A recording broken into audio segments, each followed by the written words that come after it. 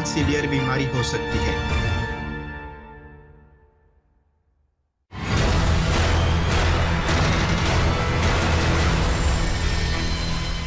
नमस्कार, मैं हूं श्वेता सिंह और आप देख रहे हैं आज तक। वैज्ञानिकों को पूर्वानुमान नहीं था, सरकारों की तैयारी नहीं थी, कोरोना की दूसरी लहर आई और सच्चाई सबके सामने है। किस तरीके से पूरी आबादी तड़प रही है, किस तरीके से सुविधाओं की कमी दिख रही है, लेकिन इस दूसरी लहर का जो पीक है, यानी कि वो समय जब सर्वाधिक आंकड़े आएंगे, जिसके बाद आंकड़े घटना शुरू हो जाएंगे, वो तारीख कब आएगी, उससे कितनी दूर हैं हम, दूसरी लहर खत्म कब होगी, और साथ ही तीसरी लहर को लेकर जो बातें की जा रही हैं, जो फोरकास्ट दिया जा रहा है, उनके हिसाब से तैयारियों की सूरत क्या है।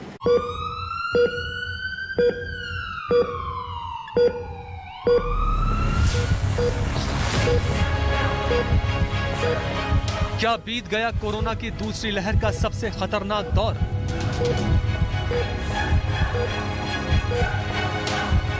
To summarize all of that in one single number, if you take the nationwide total cases, we anticipate a peak by the end of next year. दूसरी लहर यहाँ तक हमारा अंदाज है जुलाई के महीने तक काफी कम हो जाएगी।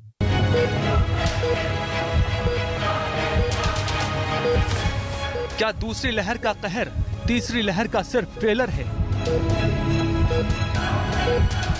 SARS coronavirus to go from here. A phase 3 is inevitable, given the high levels of circulating virus. But it's not clear on what time scale this phase 3 will occur. Hopefully, incrementally, but we should prepare for new waves. Previous infections and vaccines will cause adaptive pressure on the virus for new kinds of changes which try to escape. And therefore, we should be prepared by scientifically to take care of that.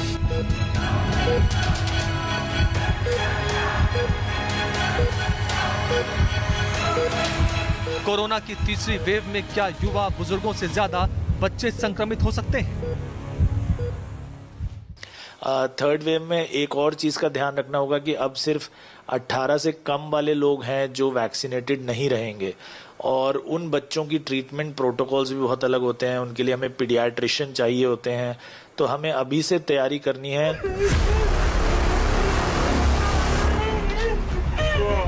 दुनिया में जहां जहां corona की तीसरी लहर आई, वो दूसरी लहर से ज्यादा खतरनाक थी या कम? तो क्या हर देश में दूसरी लहर में ज्यादा इस समय इस वायरस ने तबाही मचाई है, या फिर भारत की स्थिति अलग?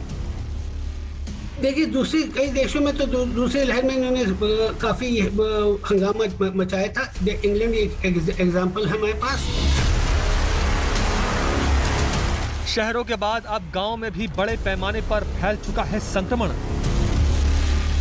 क्या तीसरी लहर में गांव बनेंगे हॉटस्पॉट? दिन में कम से कम भी यहाँ पर 40 मौतें हो चुकी हैं, और हर शाम को यहाँ पर डॉक्टरों की टीम आती है। प्रशासन की तरफ से पूरा प्रयास किया जा रहा है। गाँव को नाकाबंदी कर दिया जाए ताकि बाहर का आदमी अंदर ना आए, ये अंदर के आदमी ज्यादा बाहर ना घूमे।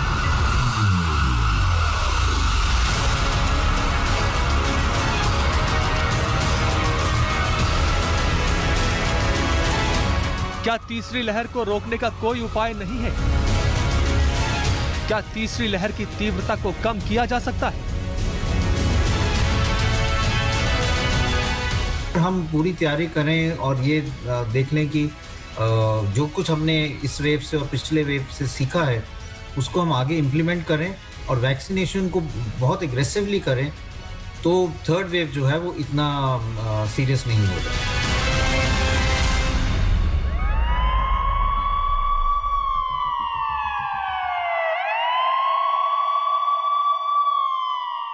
सड़कों और बाजारों का जो ये सूनापन है वो दूसरी लहर की तबाही की गवाही दे रहा है। सबके मन में सवाल ये उठ रहा है कि जो भारत पहली लहर में कोविड मैनेजमेंट के कारण पूरी दुनिया के लिए एक मिसाल बना था, उससे दूसरी लहर के आकलन में गलती कहां से हो गई, और इसीलिए आज तीसरी लहर के लिए सतर्क रहने की आवश्यकता है। तीसरी लहर को लेकर जो दावे किए जा रहे हैं वो भी बेहद चौंकाने वाले हैं।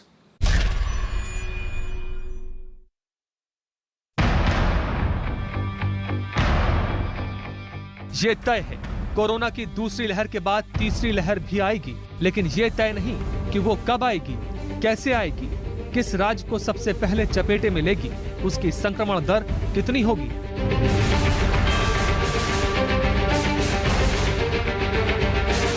SARS coronavirus to go from here. A phase 3 is inevitable, given the high levels of circulating virus. But it's not clear on what time scale this phase 3 will occur. Hopefully, incrementally, but we should prepare for new waves. और कुछ लोगों ने आशंका बताई है कि तीसरी लहर भी आ सकती है। पहली बात तो ये कि तीसरी लहर फौरन नहीं आएगी, अगर आना भी है तो कुछ महीनों बाद आएगी। और तब तक यदि हम अच्छे से वैक्सीनेशन करवा लेते हैं और साथ ही साथ इस चीज का ध्यान रखते हैं कि ज्यादा भीड़ वाली जगहों में न जाएं, और यदि जाएं भी तो मास्क पहने, तो तीसरी लहर आएगी भी तो ज्यादा उसका कोई प्रभाव दिखने में नहीं आएगा।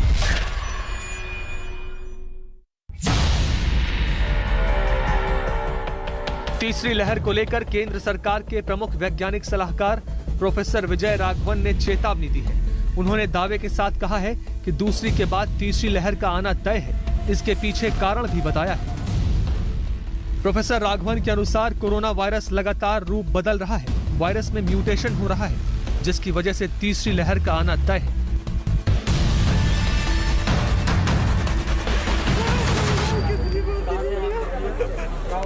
Previous infections and vaccines will cause adaptive pressure on the virus for new kinds of changes which try to escape it. And therefore, we should be prepared by scientifically to take care of that.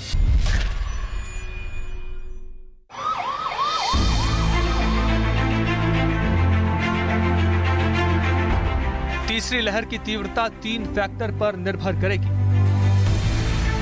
पहला, अगले कुछ महीनों में हम कितने लोगों का टीकाकरण करते हैं। दूसरा, सुपर स्प्रेडर इवेंट को कितना रोका जा सकता है। और तीसरा, कितनी जल्दी वायरस के नए वेरिएंट्स की पहचान कर उसे रोकने में सफलता मिलती है। तो थर्ड वेव में हमें कुछ चीज़ों का ज़्यादा ख्याल रखना होगा, मुझे लगता है। पहला कि अब अगले 2-3 महीने में हमें तैयारी पूरी रखनी है। ऐसा नहीं करना है कि फर्स्ट वेव के बाद जैसे हम पूरे रिलैक्स हो गए थे कि अब कोरोना चला गया है, अब सब कुछ ठीक है, पार्टीज, शादी, ब्याह सब कुछ वापस शुरू हो गया था, तो हमें वो ढील नहीं बरतनी है। अगर ये सेकेंड वेव होपफुली थोड़े दिनों में ख़त्म हो जाती है तो हमें अपने आप को पूरा तैयार करके रखना है कि थर्ड वेव आ सकती है। तो सरकार भी उम्मीद है कि कोई सरकारी इंफ्रास्ट्रक्चर्स जो नए बने हैं उनको डिसमेंटल नहीं करेगी, तैयारी पूरी रखेगी। तो वायरस जो अगले बार आएगा वो किस रूप में आएगा ये तो पता नहीं है। हमारे संसाधन इन 2 चीज़ के लिए हमने बढ़ाना शुरू कर दिया, जिसमें ऑक्सीजन प्लांट्स, हमारे जनरेटर प्लांट्स हमारे हर एक डिस्ट्रिक्ट हॉस्पिटल पर लगना शुरू हो गए हैं। इसके ऑर्डर केंद्र सरकार और राज्य सरकार मिलकर हम लोग काम भी कर रहे हैं। ऑक्सीजन कॉन्सेंट्रेटर हम हर एक CHC भी करना शुरू कर दिए हैं। वेंटिलेटर्स के लिए अपने टेक्नीशियन को और डॉक्टर्स को ट्रेनिंग करना शुरू कर दिए हैं। और एक प्रकार का व्यवस्था इस तरह से बना रहे हैं कि जिसमें अगर वायरस इस रूप में फिर आता है या नहीं भी आता है तो हमारे नॉर्मल पेशेंट्स के लिए भी एक सुविधा हो जाएगा कि वेंटिलेटर जो हमारे यहाँ अक्सर नहीं रहते थे, वो L3 की व्यवस्था में रहते थे, तो वो भी हमारे यहाँ पर अब आना शुरू हो जाएगा। तो उस तरह से हम अपना इंफ्रास्ट्रक्चर भी बढ़ा रहे हैं, एग्जिस्टिंग हॉस्पिटल में अपना तैयारी पूरा कर रहे हैं और आगे की देखेंगे जिस तरह से भी वायरस आएगा उसका मुकाबला करने के लिए हम लोग तैयार रहेंगे। दूसरी लहर की भयावहता को देखकर लोग तीसरी लहर के बारे में सुनते ही सकते में हैं, क्योंकि लोगों के मन में ये डर बैठा हुआ है जो और अतिरिक्त बढ़ रहा है तीसरी लहर की बात से। पर क्या डरने की जरूरत है? क्या तीसरी लहर के स्वरूप को लेकर कुछ ऐसा आकलन वैज्ञानिक कर सकते हैं कि उसके लिए हम बेहतर ढंग से तैयार हो सकें?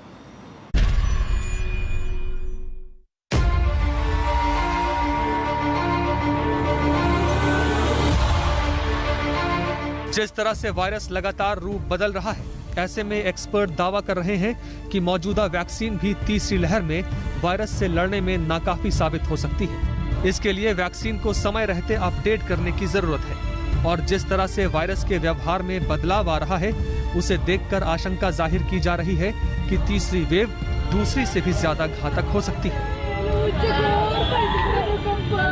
एक नया स्ट्रेन जैसे आंध्र प्रदेश में अभी नया मिला है N440K, इसको AP स्ट्रेन भी कहते हैं। इसको कंसीडर किया गया कि 15-20 टाइम्स मोर डेंजरस है प्रेजेंट स्ट्रेन से, जिसका नाम B1617 और B1618। तीसरी लहर के आने के संकेत हैं, ये कितनी एक्यूरेट होती है ये तारीखें? एक्यूरेट होने का मतलब बता पाना थोड़ा मुश्किल होगा, लेकिन ये संभावना जरूर है कि तीसरी वेव आएगी। अगर हम दूसरे कंट्रीज से भी हम देखें तो हर जगह ये देखा गया है कि डिफरेंट पीक्स आए हैं। हाँ, उन पीक्स का जो मैक्सिमा होता है, जो उसकी विड्थ होती है, वो वेरी करती है। आज की डेट में इंडिया में जो सेकंड पीक देखा जा रहा है ये बहुत ही भयावह है। हर जगह ये देखा गया है कि सेकंड पीक फर्स्ट पीक से बड़ा रहा है, लेकिन ये कुछ ज़्यादा ही है। और ये हम सेकंड जो वेव है और ये जो पीक है, इससे हम किस तरीके से डील करते हैं, इस पे पूरी तरीके ये तय करेगा कि हमारा थर्ड जो वेव होगा वो कितना खतरनाक होगा या कितना माइल्ड होगा, हम उससे कितना इजीली डील कर पाएंगे।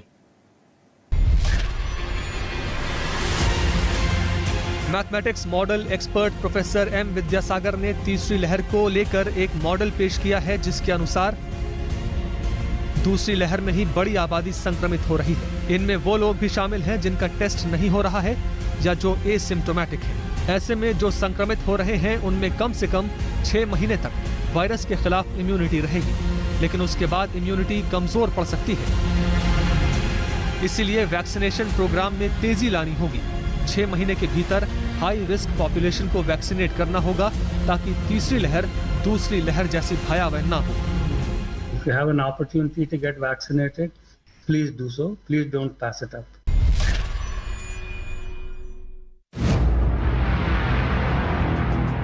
तीसरी लहर के प्रभाव को कम किया जा सकता है। इसके लिए पहली और दूसरी लहर से मिले सबक को समझना होगा। भारत में पहली लहर सितंबर के महीने में पीक पर थी। इसके बाद केस तेजी से गिरे, जिसमें 2 फैक्टर अहम थे। पहला, जिन लोगों को संक्रमण हुआ उनमें इम्यूनिटी बनी। दूसरा, मास्क, सोशल डिस्टेंसिंग सहित बचाव के जो कदम उठाए गए उनसे संक्रमण कम हुआ। लेकिन दूसरी लहर में जिस तरह की लापरवाही हुई, चुनाव, कुंभ, होली जैसे मौकों ने सुपर स्प्रेडर इवेंट का काम किया, उसने दूसरी लहर को घातक बना दिया। 2 चीजें थी। एक चीज तो ये थी कि हमने ये सोचा नहीं था कि वायरस इतना म्यूटेट करके इतना इन्फेक्शियस हो जाएगा कि rate of rise of cases 4 lakh तो कई लोगों ने सोचा था हो सकता है, पर ये सोचा था कि आस्ता आस्ता 4 लाख होंगे। जैसे पिछली दफा केसेस आस्ता आस्ता बढ़े थे तो हमारे हेल्थ केयर सिस्टम को समय मिला। हमारा गणितीय मॉडल जिसके द्वारा हम इसकी ट्रैजेक्टरी को ट्रेस कर रहे हैं, उसके अनुसार ये लगभग अपने अधिकतम स्तर पे है इस समय, और कुछ दिनों के पश्चात आशा कर सकते हैं कि इसकी संख्या कम होने लगेगी। जहाँ तक प्रदेशों का सवाल है, उसमें कुछ प्रदेश जैसे महाराष्ट्र, उत्तर प्रदेश, गुजरात या मध्य प्रदेश, ये अपने अधिकतम स्तर पर पहुंच के अब धीरे धीरे नीचे आने शुरू हो गए हैं। कुछ राज्य ऐसे हैं जो लगभग अपने अधिकतम स्तर पे हैं, जैसे राजस्थान, छत्तीसगढ़, और कुछ राज्य जैसे तमिलनाडु और कर्नाटक हैं जहाँ भी अधिकतम स्तर पे आना बाकी है। तो जहाँ पे अधिकतम स्तर पे हैं या आना बाकी है, वहाँ पे विशेष ध्यान। पहली लहर में संक्रमित हुए लोगों में जो इम्यूनिटी बनी वो इतनी नहीं थी कि दूसरी लहर को रोक सके। कम इम्यूनिटी और बचाव के कदमों में ढिलाई से दूसरी लहर ज्यादा मजबूत हुई। साथ ही जहां इम्यूनिटी की वजह से वायरस को बेकाबू होने का मौका नहीं मिला, वहां पर उसने अपना रूप बदलकर लोगों को संक्रमित किया।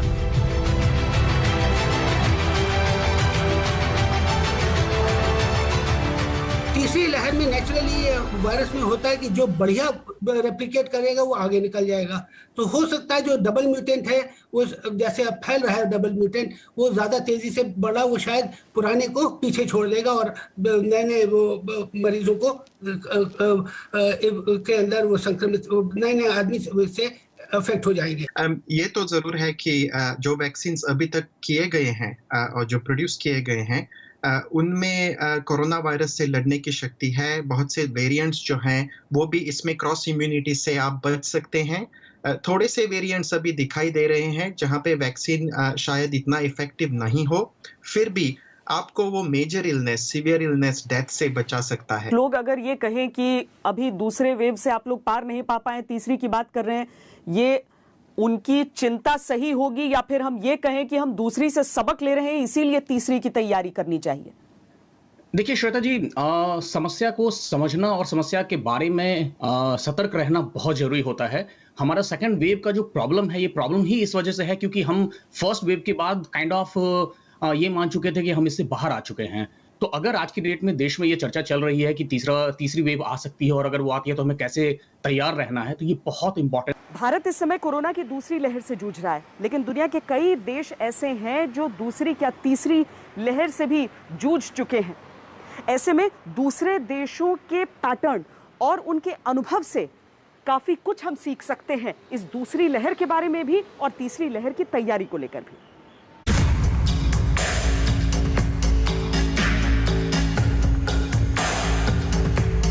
कोरोना से सबसे प्रभावित देशों में अमेरिका नंबर 1 पर है। वहां पर अब तक कोरोना की 3 लहर आ चुकी हैं। पहली लहर का पीक अप्रैल 2020 में था, जबकि दूसरी लहर अगस्त 2020 में पीक पर पहुंची। जनवरी 2021 में यहां पर केस तेजी से बढ़े और तीसरी लहर ने दस्तक दी। जनवरी के बाद से अमेरिका में अभी तक केस कंट्रोल में है।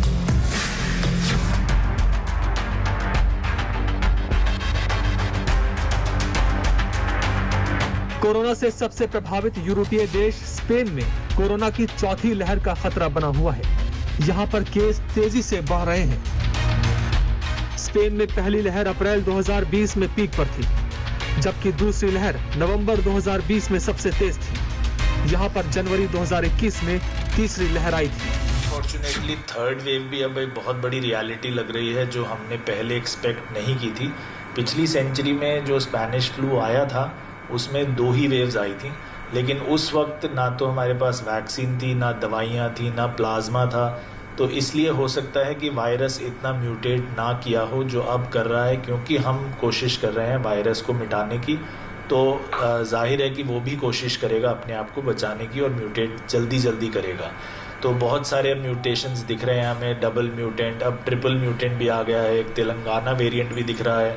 तो ये सारे वायरसेस जो हैं ये काफ़ी मैसिव वे में थर्ड वेव क्रिएट कर सकते हैं। ये वेव अनफॉर्चुनेटली हम अब देखना शुरू भी हो गए हैं। स्वीडन और कनाडा में ये थर्ड वेव आ चुकी है, इस समय पीक कर रही है। जिस समय हम बात कर रहे हैं इट इज़ ऑलरेडी पीकिंग, और अनफॉर्चुनेटली वो सेकेंड वेव से भी थोड़ी बड़ी ही दिख रही है।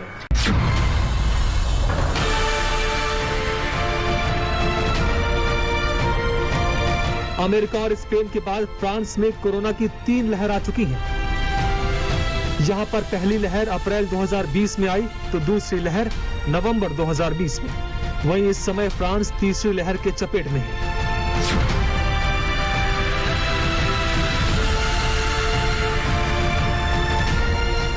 कोरोना से बुरी तरह प्रभावित ब्रिटेन में महामारी की 2 लहर आ चुकी हैं।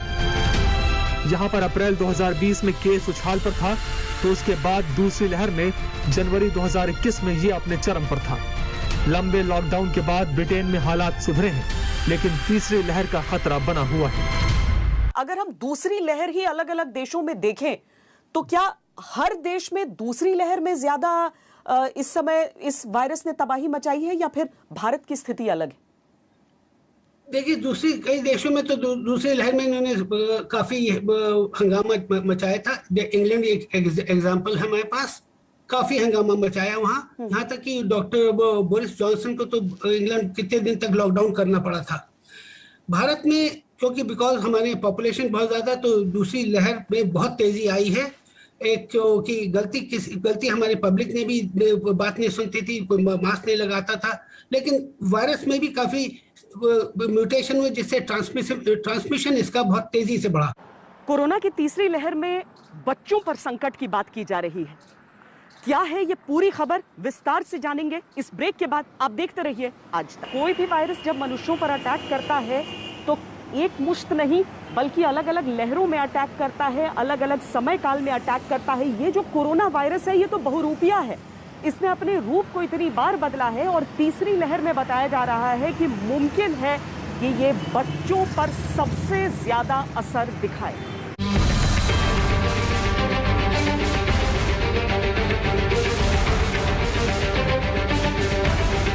कोरोना की पहली लहर में सबसे ज्यादा संक्रमित हुए बुजुर्ग।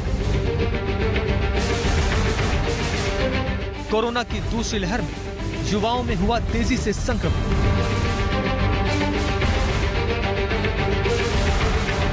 क्या तीसरी लहर में बच्चों पर है सबसे ज्यादा खतरा?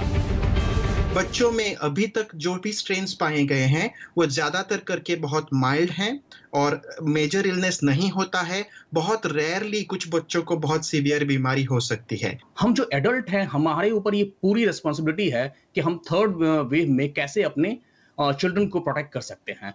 इसके लिए हमें अपना ये जो मास्क पहनना है और जो भी प्रिकॉशनरी मेजर्स बताए गए हैं उनको कंटिन्यू रखना बहुत इंपॉर्टेंट है, सो दैट कि हम जो हेल्थ केयर पे और जो हेल्थ सेटअप है उस पे जो लोड है उसको कम से कम करें।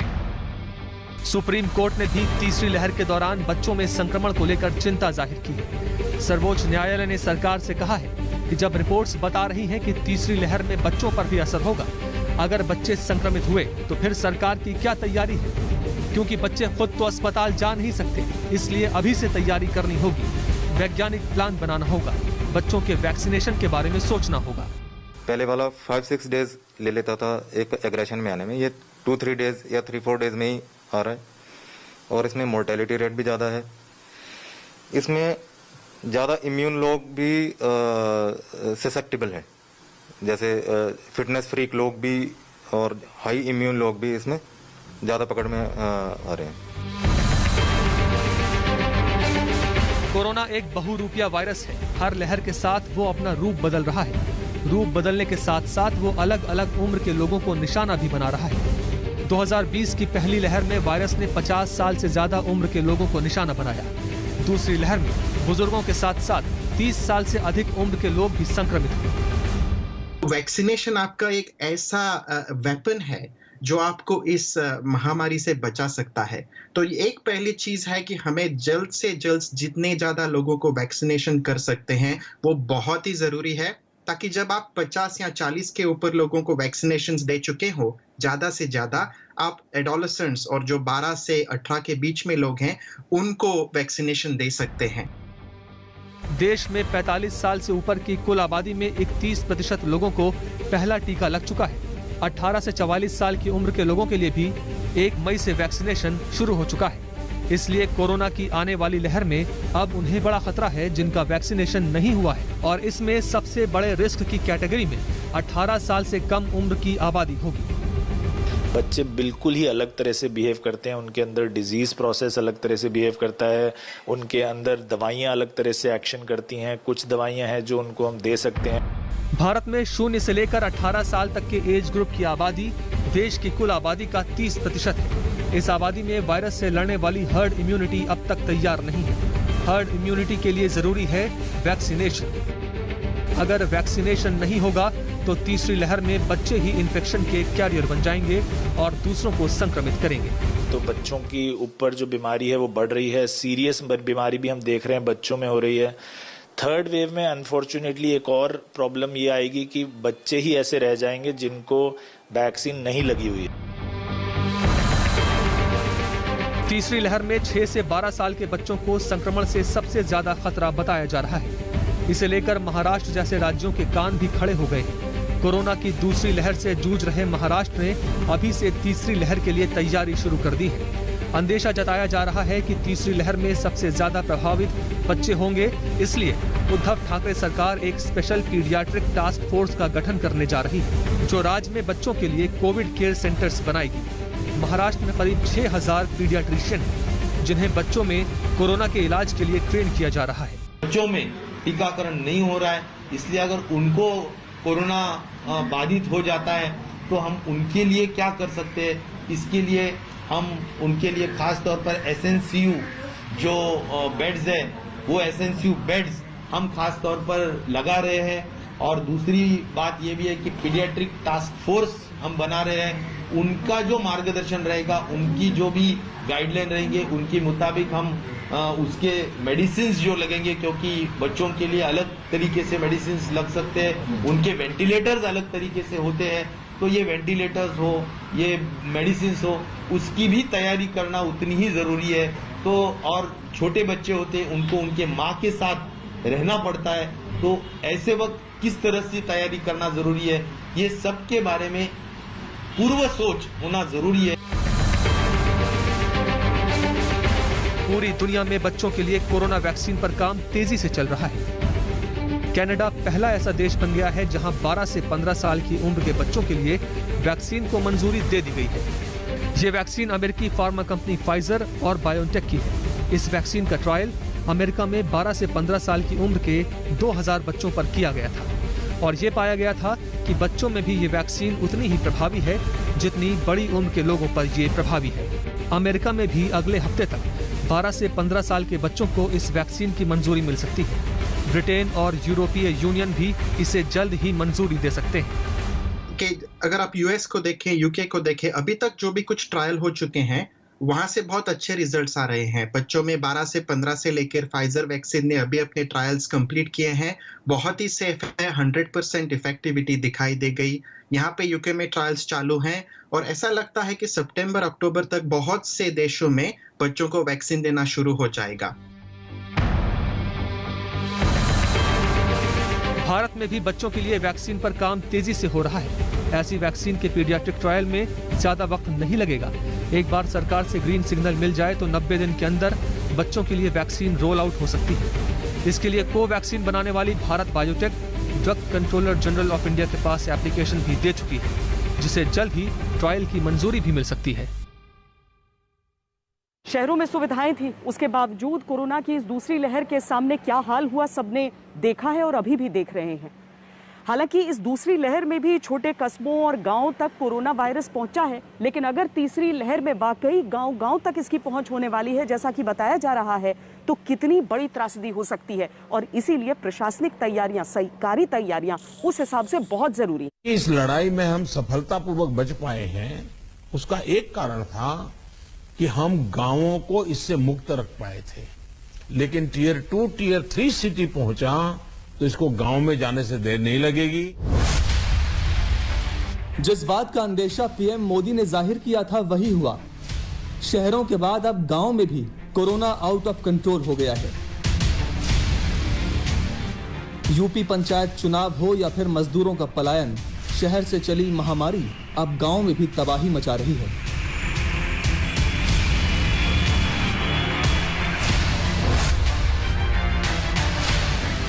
पंचायत चुनाव के बाद यूपी के गांव में कोरोना का कहर सुनामी बनकर टूटा है। रायबरेली के सुल्तानपुर खेड़ा गांव में कोरोना जैसे लक्षणों के चलते एक हफ्ते में 1-2 नहीं बल्कि 17 लोगों ने दम तोड़ दिया है। गोंडा के चक्रौती गांव में 22 दिन के अंदर एक ही परिवार के 5 लोगों की मौत हो गई। सभी में कोरोना जैसे लक्षण बताए जा रहे हैं। देवरिया के आसपास के गांव में शमशान पर लंबी कतारें लगी हुई हैं। कटैलवा मुक्ति धाम में कोरोना के चलते रोजाना 60 से 70 लाशें जलाई जा रही हैं, जिससे यहां के गांव वाले डरे हुए हैं। उत्तर प्रदेश में पंचायत चुनाव गांव में कोरोना संक्रमण की प्रमुख वजह बन गया है। पहले तो पंचायत चुनाव में बिना किसी रोक टोक के लोग देश के दूर दराज इलाकों से अपने गांव में वोट डालने और अपने प्रत्याशियों का प्रचार करने आए। दूसरी ओर पंचायत चुनाव में ड्यूटी करने वाले ज्यादातर कर्मचारी और टीचर थे, जिनमें से ज्यादातर का संबंध किसी न किसी रूप से गांव से था। जब ये लोग वापस गांव गए तो अपने साथ कोरोना संक्रमण लेकर पहुंचे।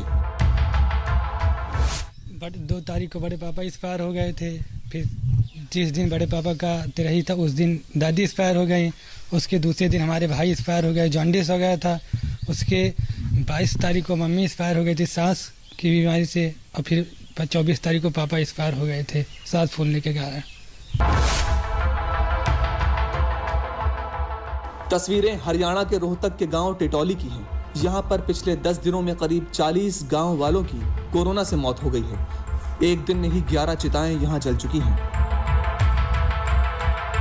सर, गांव में एक डर का माहौल है, जिसमें थोड़ा हल्का बुखार होता है। बुखार होने के कारण सांस रुक जाता है, रुकने के कारण ही मौतें हो रही है। सर, रोज टेस्टिंग चल रही है। जो पॉजिटिव मिल रहे हैं उनको उनके घरों में आइसोलेशन किया जा रहा है।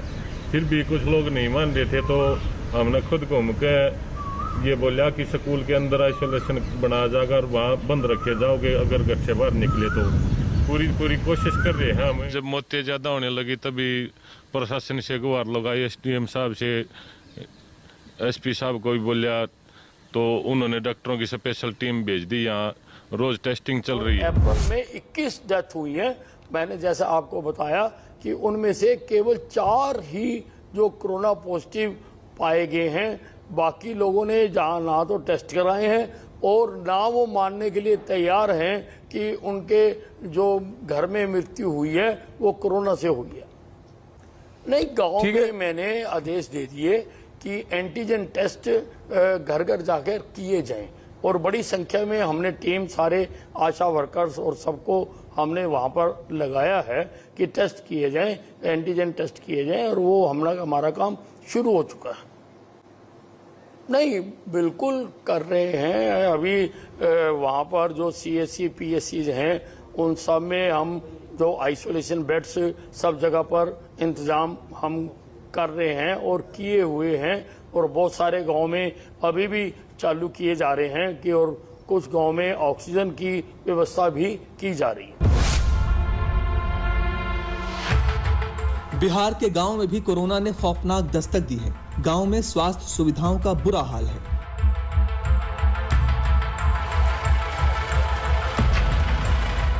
गया के डुमरिया के बरहा गांव में 40% लोग कोरोना जैसे लक्षण से पीड़ित हैं। ऐसी ही तस्वीरें दूसरे गांवों की हैं। राजस्थान के गांवों का भी बुरा हाल है। दूसरी लहर ने राजस्थान के कई गांव में तांडव मचा दिया है। सीकर के लक्ष्मणगढ़ के खीरवा गांव में एक संक्रमित शव को छूने से पूरा गांव कोरोना की चपेट में आ गया। पिछले 10 दिनों में 20 से अधिक लोग अपनी जान गंवा चुके हैं। भी वहाँ पे केसेस आए हैं। सभी को जो है हमने अपने तरफ से जो जितना भी उपचार दे सकते हैं, चाहे घर पे रह के चाहे अस्पताल में भर्ती करा के देने का प्रयास है। दूसरी लहर ने जिस तरह से गांव में दस्तक दी है, तस्वीरें डराने वाली हैं। अगर जल्द ही इस पर काबू नहीं पाया गया तो महामारी और विकराल रूप ले सकती है। तीसरी लहर से बचने के लिए हमारी तैयारी की स्थिति क्या है, दिखाएंगे इस ब्रेक के बाद। देखते रहिए आज तक। पूरे देश में दूसरी लहर का कोहराम है, लेकिन तीसरी लहर के लिए अगर हमारे पास जानकारी रहेगी तो हम बेहतर तैयारी कर सकते हैं।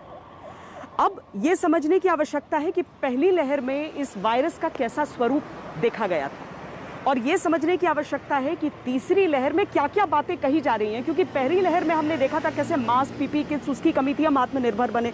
दूसरी लहर में ऑक्सीजन की कमी हो रही है और ऑक्सीजन के हिसाब से आत्मनिर्भरता बनाई जा रही है। तीसरी लहर के ऐसे वो कौन से कोण हैं जिनकी तैयारियां करने से हमारे मन का डर कम से कम दूर होगा, क्योंकि लहर तो आनी है, तैयारी तो करनी ही होगी।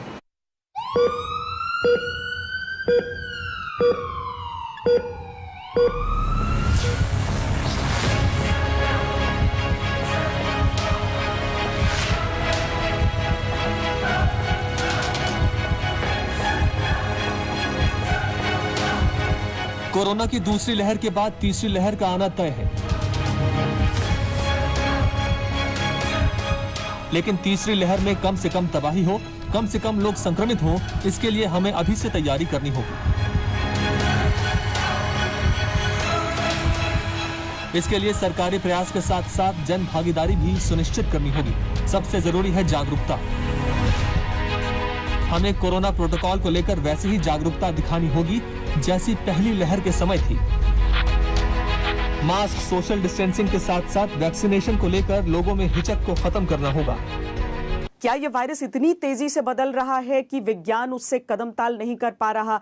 क्या मैं आश्वस्त रहूं कि दूसरे डोज पूरा होने के बाद जो इस वायरस का जो कुप्रभाव है, जो बहुत सिवियरिटी जो देता है, उससे मैं कम से कम 6 महीने प्रोटेक्शन हासिल कर पाऊंगी? क्योंकि यही एक सवाल है जिसकी वजह से लोग निर्णय नहीं कर पा रहे हैं कि वैक्सीन के लिए जाएं या न जाएं। ये हेजिटेंसी का बहुत बड़ा कारण हिंदुस्तान में हो रहा है।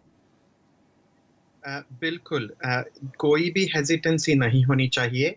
जो भी वैक्सीन सभी बनाए गए हैं, चाहे वो कोवैक्सीन हो, कोविशील्ड हो या और भी नए कैंडिडेट्स वैक्सीन के जो आ रहे हैं, अभी तक तो सभी वैक्सीन की स्टडीज से यही लगता है कि वो बहुत प्रभावी हैं, बहुत इफेक्टिव हैं। अगर ये वेरिएशंस भी हो जाते हैं वायरस में तो थोड़ी सी क्रॉस इम्यूनिटी रहती है एक स्ट्रेन से दूसरी स्ट्रेन तक, और आपको एक गारंटी मिल सकती है कि आपको सीवियर इलनेस नहीं तो डेथ नहीं होगी।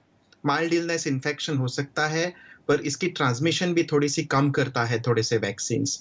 तो वैक्सीन तो लेना ही है, ये आपको प्रोटेक्ट करेगा सीवियर इलनेस से, हेजिटेंसी नहीं होनी चाहिए। और बहुत ही स्मॉल प्रोपोर्शन है, शायद लेस देन 5%, जिनको एक वैक्सीन शायद न काम करे तो उनके लिए दूसरे वैक्सीन बाद में काम कर सकते हैं, पर वो प्रोपोर्शन बहुत कम है। मोस्ट वैक्सीन 6 मंथ्स तक बहुत अच्छा काम करेंगे, अभी तक के डेटा से तो ऐसा लगता है। तब तक शायद आपको बूस्टर्स आ जाएंगे, दूसरे वैक्सीन आ जाएंगे, तो आप अपना बूस्टर बाद में रिपीट कर सकते हैं। कोई भी दुविधा नहीं होनी चाहिए, प्लीज जाइए, वैक्सीन लीजिए अपनी और अपनी फैमिली और रिलेटिव्स की प्रोटेक्शन के लिए, ये बहुत इंपॉर्टेंट है।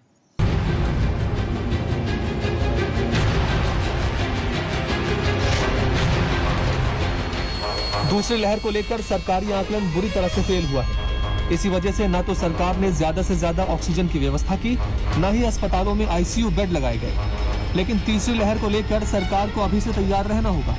जैसा कि एक्सपर्ट्स ने चेतावनी जाहिर की है कि तीसरी लहर में बच्चे ज्यादा संक्रमित हो सकते हैं। ऐसे में अभी से बच्चों के लिए ज्यादा से ज्यादा कोविड केयर यूनिट लगाना जरूरी है, वरना हालात बहुत भयावह हो सकते हैं।